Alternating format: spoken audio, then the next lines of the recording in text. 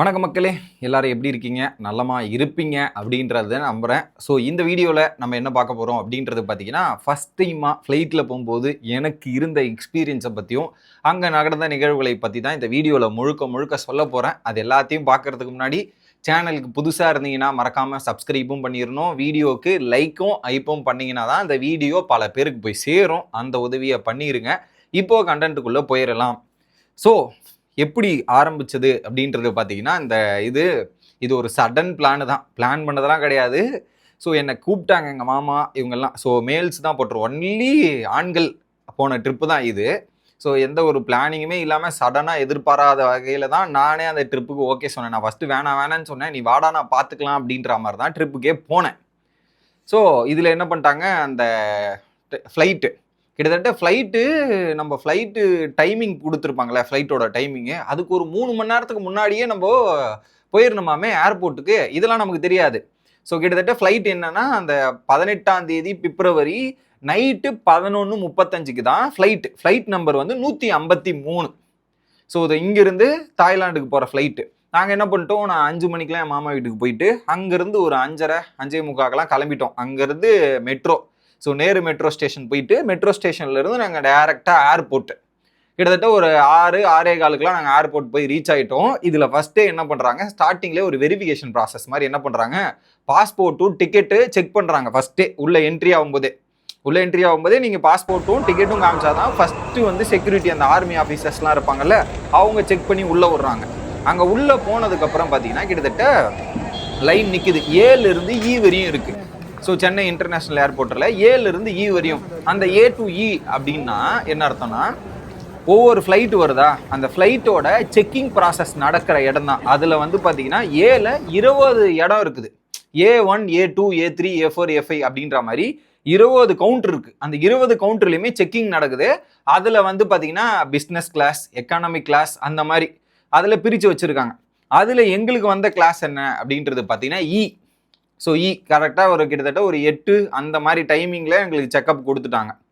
எப்படி அந்த counter allot பண்ணிட்டாங்க. ஸோ அந்த ஃப்ளைட் வந்து அரைவ் ஆனதுக்கப்புறம் தான் நமக்கு எந்த கவுண்டரு அப்படின்ற ஒரு அலாட்மெண்ட்டே கொடுக்குறாங்க.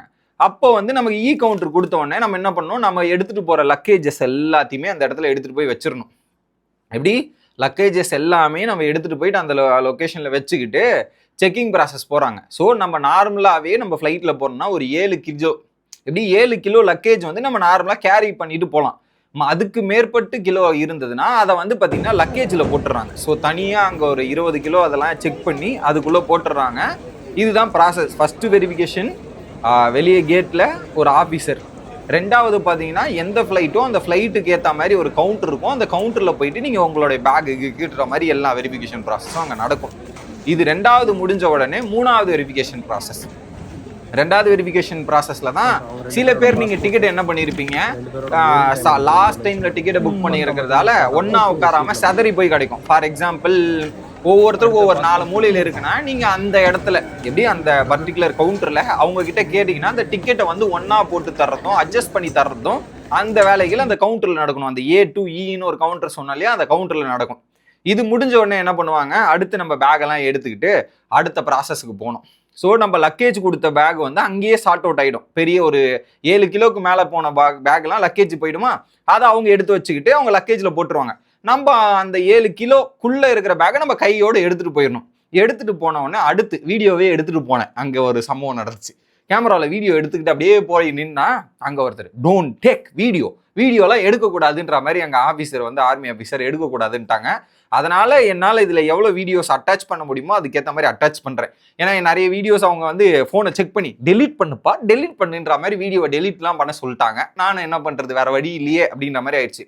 அங்கே போனால் அங்கே ஒரு நமக்கு டிக்கெட்டு கொடுத்துருப்பாங்க. ஸோ இதுதான் சென்னை ஃபஸ்ட்டு எனக்கு போகும்போது அந்த கவுண்டரில் ஃபஸ்ட்டு அந்த கவுண்டர் சொன்னாலே A to E அந்த கவுண்டரில் டிக்கெட்டு கொடுத்தது இந்த டிக்கெட்டு.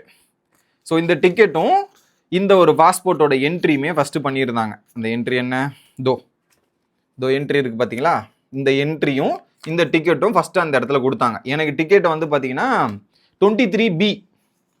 ஓகே, நானும் என் கூட ஒரு சின்ன பையன் இருப்பான்ல, அவன் 23A 23B, அது என் மாமா பையன். இது 2 கொடுத்துருந்தாங்க. அடுத்து அந்த 2வது போகும்போது பார்த்தீங்கன்னா அங்கே ஒரு வெரிஃபிகேஷன் ஃபோட்டோ எடுக்கிற மாதிரி ஒரு வெரிஃபிகேஷன் ப்ராசஸ். இந்த பாஸ்போர்ட்டில் இருக்கிற ஃபோட்டோவும் நம்மளும் ஒரே ஆள் தானா அப்படின்ற மாதிரி அடுத்த வெரிஃபிகேஷன் ப்ராசஸ் நடக்குது. ஸோ அங்கே போயிட்டு நீங்கள் எதனால் போகிறீங்க, ஏன் போகிறீங்க, எதுக்கு போகிறீங்க, நீங்கள் 1008 கேள்விகள் அந்த இடத்துல கேட்குறாங்க. நம்ம என்ன சொன்னோம், டூரிஸ்ட் பர்பஸஸ்க்கு ஃபஸ்ட் டைம் போகிறேங்க அப்படின்னு சொன்னோன்னா விட்டாச்சு. அந்த இடத்துல பெருசாக இல்லை. அதை எடுத்து உள்ளே போயிட்டா அவ்வளோதான், அங்கே செக்கிங் முடிஞ்சு போச்சு. இப்படி 2வது செக்கிங் முடிஞ்சிருச்சு. 2வது செக்கிங் முடிச்சுட்டு 3 உள்ளே போயிட்டோமா. உள்ளே போனதுக்கப்புறம் அந்த ஃப்ளைட்டு வந்து அரைவில் ஆகிற இடம் ஒன்று இருக்குது. அந்த இடம் என்ன அப்படின்னு பார்த்தீங்கன்னா 1லிருந்து கிட்டத்தட்ட 12 வரையும் இருக்குது சென்னை ஏர்போர்ட்டில். எப்படி 1லிருந்து 12. ஸோ அதில் எனக்கு தாய்லாந்து ஃப்ளைட்டுக்கான இடம் எங்கன்னா கிட்டத்தட்ட 9B 9A 9B அப்படின்ற மாதிரி இருக்கும். அந்த 9Bயில் போய் நம்ம வெயிட் பண்ணணும்.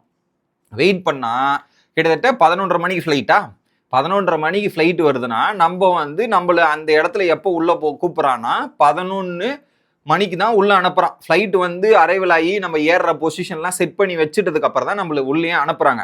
அதுலேயுமே ஜோன்ஸ் இருக்குது. எப்படின்னா Zone 1 இதோ இருக்குது பாருங்க, காட்டுறேன் பாருங்க. Zone 2ன்னு இருக்கு இல்லையா, அதில் Zone 1, Zone 2, Zone 3 அதுக்கேற்ற மாதிரி. அந்த Zone 1, Zone 2, Zone 3 என்ன அப்படின்றது பார்த்தீங்கன்னா, ஸோ ஃபஸ்ட்டு ஸ்டார்டிங் அந்த நாங்கள் போன ஃப்ளைட்டில் வந்து பார்த்தீங்கன்னா 280 சீட்டு. அதில் வந்து பார்த்தீங்கன்னா ஒரு ரோனா அந்த ஒரு ரோவில் 6 சீட் இருக்கும். ஃபார் எக்ஸாம்பிள் 1னா 1A 1B 1C அந்த மாதிரி 6 இருக்கும் அந்த மாதிரி.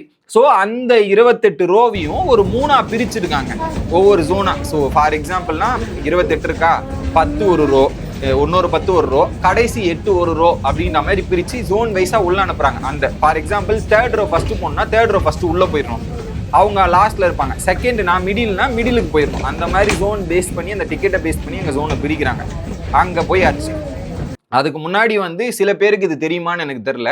நீங்கள் இன்டர்நேஷ்னல் கார்டு, உங்ககிட்ட டெபிட் கார்டோ இல்லை இந்த கார்டோ கிரெடிட் கார்டோ இன்டர்நேஷ்னல் குளோபல் கார்டு உங்ககிட்ட இருந்துச்சுன்னா நீங்கள் அங்கே வந்து பார்த்தீங்கன்னா ஏர்போர்ட்லேயே சாப்பிட்ற இடம்னு ஒன்று இருக்குது. ஓகே, அதில் நீங்கள் ₹1 ₹2 அந்த கார்டை வச்சு நீங்கள் சாப்பிட்டுக்கலாம். அதுக்கு இன்டர்நேஷ்னல் அஃபிலியேட்டட் கார்டு உங்ககிட்ட இருக்கணும். அதை நீங்கள் போய் அங்கே செக் பண்ணலாம். அந்த கார்டை எடுத்து நீங்கள் கொடுத்தீங்கன்னா இதில் உங்களுக்கு அப்ளிகபிள் ஆகுமா அப்ளிகபிள் ஆகாதா அப்படின்றது அங்கேயே ஏர்போர்ட்டில் சொல்லுவாங்க. அதை நீங்கள் உள்ளே போனீங்கன்னா பஃபே தான், என்ன வேணாலும் கொடுப்பாங்க. நீங்கள் அதை உள்ளே போனீங்கன்னா கூட அந்த ஒரு கார்டுக்கு ஒரு சரக்கு முதற்கொண்டு தராங்க. ஒரு டம்ளரில் ஒரு சரக்கு, நான் குடிக்க மாட்டேன், அதை கொடுப்பாங்க. அங்கே போயிட்டு உங்களுக்கு தேவையான என்ன ஐட்டமும் பஃபேல இருக்கும். அந்த பஃபேல இருக்கிறது அன்லிமிட்டடாக இங்கே சாப்பிட்டுக்கலாம். நான் அப்படி தான் சாப்பிட்டேன். சாப்பிட்டு ஃப்ளைட்டுக்கு போயிட்டு கிட்டத்தட்ட 11:30 மணி ஃப்ளைட்டு, 11 மணிக்கு ஃப்ளைட்டில் போய் ஏறியாச்சு. 11 மணிக்கு ஃப்ளைட்டு ஏறி உள்ளே போயிட்டு உட்காடுறோம். உட்கார்ந்த உடனே நம்ம கார்னர் சீட்டு பக்கத்தில் உட்காடுறோம். நமக்கெல்லாம் அந்த ஃப்ளைட் எடுத்தோடனே அப்படியே ஒரு மகாரி பண்ணுது. நமக்கு ஃபஸ்ட் டைம் ஃப்ளைட்டு போகும்போதுன்னும் போது என்ன பண்ணுறாங்க, பொறுமையாக அப்படியே பிக்கப் பண்ணுறாங்க. பிக்கப் பண்ணி சர்ன்னு மேலே ரேஸ் ஆகுது இல்லையா. மேலே ரேஸ் ஆகி போகும்போது பார்த்தீங்கன்னா அப்படியே ஃப்ளைட்டு லைட்டாக இப்படி சாயுது. இப்படி சாயும் போது நமக்கு வெயிட் அப்படியே ஒரு பக்கம் வயிறு அப்படியே கொடாயுது. வேற மாதிரி வயிறுல வந்து பல ரியாக்ஷன்லாம் கொடுக்குது. இப்படி சாய்க்கும் போது நமக்கு ஒரு மாதிரி இருக்கு. 2 பக்கம் காது அடிச்சுக்குது, வயிற்று இப்படி பண்ணுதுன்ற மாதிரி இருந்தது. ஏன்னா இனிஷியல்ல ஃபர்ஸ்ட் டைம் போறவங்களுக்கு எல்லாருக்குமே அந்த ஒரு ஃபீல் இருக்கத்தான் செய்யும். எனக்கும் அந்த ஒரு ஃபீல் அந்த இடத்துல இருந்துச்சு. என் பக்கத்துல என் மாமா பையன் உட்காந்துக்கிட்டு அவன் கலாய்க்கிறான் ஒரு பக்கம். நான்லாம் 5th டைம் எனக்குலாம் ஒன்றும் ஆகலைன்ற மாதிரி அவன் உட்காந்து பேசிக்கிட்டு இருக்கான். அந்த மாதிரி தான் இருந்துச்சு. பட் அது வந்து சூப்பராக இருந்துச்சு. அந்த ஃப்ளைட்டுக்குள்ளே போய் ஏறினதாக இருக்கட்டும், இதுவாக இருக்கட்டும், இதெல்லாமே பயங்கரமாக இருந்தது. ஸோ கிட்டத்தட்ட ஃப்ளைட்டில் ஏறி உட்காந்துட்டு அவங்க வந்து சில சேஃப்டி ப்ரொசீஜர் இதெல்லாம் ஃபாலோ பண்ணுன்ற மாதிரி சொல்லிட்டு போகிறாங்க. அதில் உங்களுக்கு தேவையான பொருட்கள் வாங்கணும்னா ஒன்று சில பேர் ப்ரீ புக் பண்ணிடுறாங்க, இல்லை நீங்கள் ஃப்ளைட்லேயே போயிட்டு கூட காசை கொடுத்து அங்கே வாங்கலாம். ஓகே, இது நடக்குதா? இது நடந்து முடிஞ்சவொடனே ஃப்ளைட் வந்து பார்த்தீங்கன்னா கரெக்டாக தாய்லாந்தில் போய் லேண்ட் ஆகுது. பேங்காக், அந்த அந்த இதோட பேர் வந்து டான் முயங்க், DMKன்னு சொல்லுவாங்க, நான் முயங்க். அது பேங்காக்கோட ஏர்போர்ட். அதுதான் அந்த ஏர்போர்ட் இன்டர்நேஷனல் ஏர்போர்ட்டில் போய் இறங்குது. டைமிங் பார்க்குறேன், என்னடா 3 மணி நேரம் தான் ட்ராவலிங் போனாங்க, ஆனால் டைமிங் டிஃபர் ஆகுதுன்னு பார்த்தா இந்தியாவுக்கும் தாய்லாந்துக்கும் 1.5 மணி நேரம் டிஃப்ரென்ஸு. இந்தியாவில் 3 மணினா அங்கே 4:30 மணி, 1.5 மணி நேரம் அங்கே அகேடாக இருப்பாங்க. அந்த கணக்கு தான். அங்கே போயிட்டு செக் பண்ணால் எங்கடா இறக்கி விடுங்கடான்னு பார்த்தா நடு ரோட்டில் இறக்கி விட்ற மாதிரி ஃப்ளைட்டை எடுத்துகிட்டு வந்து நடுவில் இறக்கி விட்றாங்க. இறக்கி விட்டா பார்த்தா அங்கேருந்து ஒரு பஸ் வரும் போல். ஸோ நம்ம எந்த ஃப்ளைட்டில் போகிறோமோ அந்த ஃப்ளைட்டுக்கு சம்மந்தப்பட்ட ஒரு பஸ் அங்கே நிற்குது. அங்கேருந்து பஸ்ஸு பிக் பண்ணி பஸ்ஸு எடுத்துகிட்டு போயிட்டு ஏர்போர்ட்டில் விட்றாங்க. எனக்கு புதுசாக இருந்துச்சு. நான் என்ன நினச்சிட்டு இருந்தேன், ஏர்போர்ட்டில் நம்ம எப்படி சென்னை ஏர்போர்ட்டில் டேரெக்டாக வந்து ஒரு செட்டப் வச்சு ஃப்ளைட்டில் ஏற்றி விட்டாங்க, அதே செட்டப் வச்சு நம்ம ஃப்ளைட்லேருந்து இறக்கி விட்டா ஏர்போர்ட் வந்துடும் நான் நினச்சேன். இங்கே வந்து டோட்டல் டிஃப்ரெண்ட்டாக இருந்தது. கரெக்டாக என்ன பண்ணாங்க, அங்கே ஒரு பஸ் வந்துச்சு, அந்த பஸ்ஸை எடுத்துகிட்டு வந்து ஏர்போர்ட்டில் விட்டுருச்சு. அங்கே போனால் திரும்ப வெரிஃபிகேஷன் ப்ராசஸ். திரும்ப முதல்ல இருந்தா அப்படின்னு பார்த்தா அங்க ஒரே வெரிஃபிகேஷன் ப்ராசஸ் தான். ஆனால் சரியான கூட்டம், கொஞ்சம் நஞ்ச கூட்டம்லாம் இல்லை, சரியான கூட்டம். அங்கே போகும்போதே என் மாமா சொல்லிருச்சு, ஃபர்ஸ்ட் உன்னை கேட்பாங்க, 4 விரல் இப்படி ஒன்று வைக்கணும், அடுத்து இப்படி வைக்கணும், அடுத்து இப்படி வைக்கணும், அப்புறம் கண்ணை பார்க்கணுன்றதே சொன்னாங்க. ஏன்னா ஃபர்ஸ்ட் டைம் வந்து நம்ம ஒரு கண்ட்ரில இருந்து இன்னொரு கண்ட்ரிக்கு போகும்போது நம்ம வெரிஃபிகேஷன் ப்ராசஸ் இப்படி தான் நடக்குமா. அதுக்கு ஒரு பெரிய கியூ, ஏன்னா ஏகப்பட்ட ஃப்ளைட் வந்துருச்சு. காலைல நாங்கள் 4:30 மணிக்கு போய் இறங்குறோம், அங்கே கியூ நிற்கிது. அந்த கியூ நிற்கிறதுக்கே எங்களுக்கு ஒரு 3/4 மணி நேரம் ஆயிடுச்சு அந்த வெரிஃபிகேஷன் ப்ராசஸ் கம்ப்ளீட் பண்ணுறது. போன உடனே என்ன பண்ணேன், ஃபர்ஸ்ட் ஒரு ஃபிங்கர் வச்சேன், 4 கிளிக் ஆயிடுச்சு. திரும்ப 4 வச்சேன், அடுத்த 2 இது வந்து வச்சு வெரிஃபிகேஷன் பார்த்துட்டாங்க. நான் கேட்டாங்க, எதனால் நீங்கள் வந்தீங்க, ரிட்டர்ன் டிக்கெட் போட்டிங்களா, எத்தனை நாள் இங்கே ஸ்டே பண்ணுவீங்கன்றது முதற்கொண்டு அங்கே தாய்லாந்து வெரிஃபிகேஷனில் கேட்குறாங்க. அந்த வெரிஃபிகேஷன்லாம் நம்ம கம்ப்ளீட் பண்ணாதான் போக முடியும். அங்கே ஏதாவது வெரிஃபிகேஷனில் சொதப்பல் ஆயிடுச்சுன்னா அங்கே உட்கார வச்சுட்டு லேட்டோ பண்ணி அமுச்சு விடுவாங்க. அது எவ்வளோ நேரம் உங்களை உட்கார வைக்கிறாங்கன்னு தெரியாது. அங்கே நீங்கள் கரெக்டாக ப்ராசஸை பண்ணணும். ஆனால் ஃபர்ஸ்ட் டைம் போனீங்கன்னா இந்த 4 விரல் முதலில், இந்த 4 விரல் இரண்டாவது, இது 3வது, அதுக்கப்புறம் பார்க்கணும். இது 4 கம்பல்சரி. ஃபர்ஸ்ட் டைம் ஒரு கண்ட்ரி டு இன்னொரு கண்ட்ரி போனீங்கன்னா இது நடந்தே ஆகும் அப்படின்றது தான். இந்த வெரிஃபிகேஷன் ப்ராசஸ் நடந்து முடிச்சோடனே வெளியே போயாச்சு. அதுக்கப்புறம் அந்த பேகு எல்லாம் வந்துருச்சு, ஒன்றும் பிரச்சனை இல்லை. சரி, இது போறப்ப நடந்த ப்ராசஸ். ரிட்டன் வரப்ப என்ன ப்ராசஸ் நடந்துச்சுன்னா, ரிட்டன் வரப்போ எங்களோட ஃப்ளைட் டைமிங் வந்து நைட்டு 9 மணிக்கு. ஆனால் ஃப்ளைட் வந்து டிலே. அங்கே போய் செக்கிங் ப்ராசஸ் எப்படி நடந்துச்சுன்னா, இதே தான் அங்கேயும் செக்கிங் ப்ராசஸ். உங்களுடைய பேக் ஃபர்ஸ்ட் என்ன பண்ணுவாங்க, நம்ம A2 ஈன்னு ஒரு கவுண்டர் சொன்னோம்ல இந்தியாவில், அங்கே அதுக்கேற்ற மாதிரி கவுண்டர் ரொம்ப பெருசாக இருந்தது. ஏன்னா அங்கே நம்பர்ஸே வந்து பெரிய ஏர்போர்ட்டுன்றதால நம்பர்ஸே வந்து 23, 25 வரையும் போகுது அங்கே நம்பர்ஸ். அந்த லெவலுக்கு அங்கே லிமிட்டடாக இருந்துச்சு. அங்கே போனவொடனே என்ன பண்ணாங்க, பேகு 20 கிலோ நமக்கு இருக்கா இல்லையா, எத்தனை கிலோ பேக்கில் எடுத்துகிட்டு போகலான்ற மாதிரி நாங்கள் பிரித்து அங்கே போட்டு கொடுத்தோன்னே வெரிஃபிகேஷன் அங்கே சிம்பிளாக முடிச்சிட்டாங்க.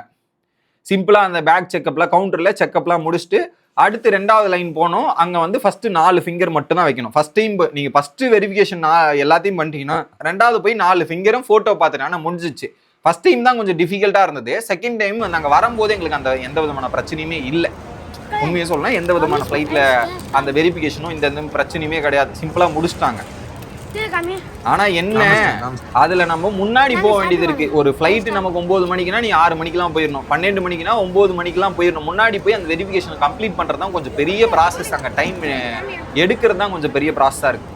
இந்த வெரிஃபிகேஷன் கம்ப்ளீட் பண்ணிட்டு டேரெக்டாக வந்துட்டோம். ஃப்ளைட் ஒரு 1/2 மணி நேரம் டிலே. ஃப்ளைட்டை ஏறி உட்காந்துட்டு நார்மலாக எப்படி பிக்கப் ஆச்சோ அப்படியே வந்துட்டோம். அதில் எனக்கு பெருசாக தெரில, ஏன்னா ஃபஸ்ட் டைம் போகும்போது மட்டும்தான் நமக்கு அந்த அதிர்வலை இப்படி திரும்புறது இதில் என்ன, அந்த ஃப்ளைட் வளையும் போது நம்ம வயிற்றுல ஒரு சில சவுண்டுகள், சில பல மாற்றங்கள் தெரியும். அதுதான் நமக்கு ஒரு மாதிரி இருக்கும். அங்கேருந்து ஃப்ளைட் ஏறி கிட்டத்தட்ட ஒரு 11 மணிக்கு, 9:30 மணி ஏறி கிட்டத்தட்ட ஒரு 11:45, 12 மணிக்கு நாங்கள் சென்னை வந்து ரீச் ஆகிட்டோம். அதில் என்ன பண்ணிட்டாங்கன்னா ஒரு பிரச்சனை, கஸ்டம்ஸ் ஆஃபீஸ் இருப்பாங்க இல்லையா, பேக்கில் என்னென்ன இருக்குன்னு செக் பண்ணுறாங்க. இதில் நீங்கள் ஒரு ஒரு ஒரு கண்ட்ரிக்கு வந்து ஒரு மாதத்துலேயே 2 வாட்டி 2 வாட்டி இந்த மாதிரிலாம் போனால் செக் பண்ணுவாங்க போல இருக்கு. அந்த முக ஜாடியை பார்த்தாலே ஏதாவது வெரிஃபிகேஷன் பண்ணணும், செக் பண்ணணும்னு தோணும் போல. எங்கள் கூட ஒருத்தர் வந்தவரை பிடிச்சிட்டாங்க. பேகை கைட்டு அந்த பேக் எடுத்துகிட்டு வா, என்ன பேக் எடுத்துகிட்டு வந்து அதில் என்ன எடுத்துகிட்டு வந்தேன்ற மாதிரி செக் பண்ணுறாங்க. அதை பேக் எடுத்துகிட்டு போய் அந்த பேகை செக் பண்ணி இதில் ஏதாவது ஏடாகூடமான பொருள் இருக்கா. ஏன்னா நிறைய பேர் வந்து வெளிநாட்டு போகிறன்ற பேரில் தங்கம் கடத்திட்டு வருது, சில பல விஷயங்களை கடத்திட்டு வருதுன்ற மாதிரி பண்ணுறாங்க இல்லையா. அந்த மாதிரி ஒரு கேஸாக போய் அங்கே ஒரு கஸ்டம் ஆஃபீஸர் அந்த பேக் எடுத்துகிட்டு போய் அதை செக் பண்ணி வெரிஃபிகேஷன் முடிச்சுட்டு வெளியே வர கேஸாக ஆகி போச்சு. அந்த மாதிரி தான் இருந்துச்சு. பட் நல்ல ஒரு எக்ஸ்பீரியன்ஸாக இருந்தது. ஆனால் அந்த ரிட்டர்ன் வரும்போதுமே ஃப்ளைட் எங்களுக்கு என்ன பண்ணாங்கன்னா, சென்னை ஏர்போர்ட்டில் நம்ம டேரெக்டாக போய் ஏறுவோம்ல, அந்த மாதிரி ஏறல.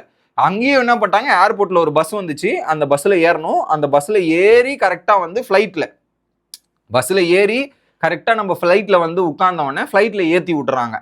அப்படிதான் நடக்குதே தாண்டி, ஏன்னா அங்கே ஃப்ளைட்டு வந்து டேரெக்டாக கனெக்ட் பண்ணுற மாதிரி அந்த ஃப்ளோரில் இருந்து நடந்து போகிற ஃப்ளோரும் ஃப்ளைட்டும் கனெக்ட் பண்ணுறதுக்கு ஒரு இது இருக்கும், சிஸ்டம். அதை கனெக்ட் பண்ணுறது அங்கே லிமிட்டட் தான் போல். ஸோ மேக்ஸிமம் என்ன பண்ணுறாங்க, ஃப்ளைட் அங்கங்கே நிற்க வச்சுட்டு பஸ் மூலியமாக தான் அங்கே கனெக்ட் ஆகுது. ஏர் ஏஷியா அங்கே எவ்வளோ இருக்குதுன்றீங்க, அத்தனை ஃப்ளைட் இருக்குது, முக்கால்வாசி ஏர் ஏஷியா தான். ஆனால் பயங்கரமாக இருந்துச்சு அந்த ஒரு ஃப்ளைட் எக்ஸ்பீரியன்ஸும். இதுதான் regular process. First gate verification, second counter verification, third உள்ளே போனவொடனே அந்த photo verification, ticket checkup and verification. இது 3. அதை முடிச்சிட்டிங்கன்னா ஒன்றும் பிரச்சனை கிடையாது, அவ்வளோதான், ஃப்ளைட்டுக்கு போயிடலாம். திரும்ப அங்கே போய் இன்னொரு கண்ட்ரி போனீங்கன்னா, போனவுடனே ஃபஸ்ட் டைம் போகிறீங்கன்னா அந்த 4 விரல், இந்த 4 விரல், கட்டை விரல், கண்ணு வெரிஃபிகேஷன், அதை முடிச்சிட்டிங்கன்னா பிரச்சனை கிடையாது. இதுதான் ரிட்டன். இந்த ப்ரொசீஜர் தான் ஏர்போர்ட்டில் நடக்குது. நான் போய் பார்த்ததில் இதுதான் இருந்துச்சு. ஸோ அதை உங்ககிட்ட சொல்லணும்னு நினச்சேன். அதை சொல்லிட்டேன். இதுக்கப்புறம் ஒரு நாளைக்கும் ஒவ்வொரு தாய்லாந்தில் நான் என்னென்னலாம் பார்த்தேன் அப்படின்ற கண்டென்ட் டே பை டேவா ரிலீஸ் பண்ணலான்னு இருக்கேன். ஸோ தொடர்ந்து உங்களோட சப்போர்ட்டை கொடுத்துருங்க. மறக்காம சேனலுக்கு சப்ஸ்கிரைபும் லைக்கும் பண்ணிடுங்க. இது ரிட்டர்ன் வரும்போது காமிச்சு, இந்த டிக்கெட்டை காட்டல, இது ரிட்டர்ன் வரும்போது கொடுத்த டிக்கெட்டு இதுதான் மக்களே. ஸோ விடை பெறுகிறேன். பாய்.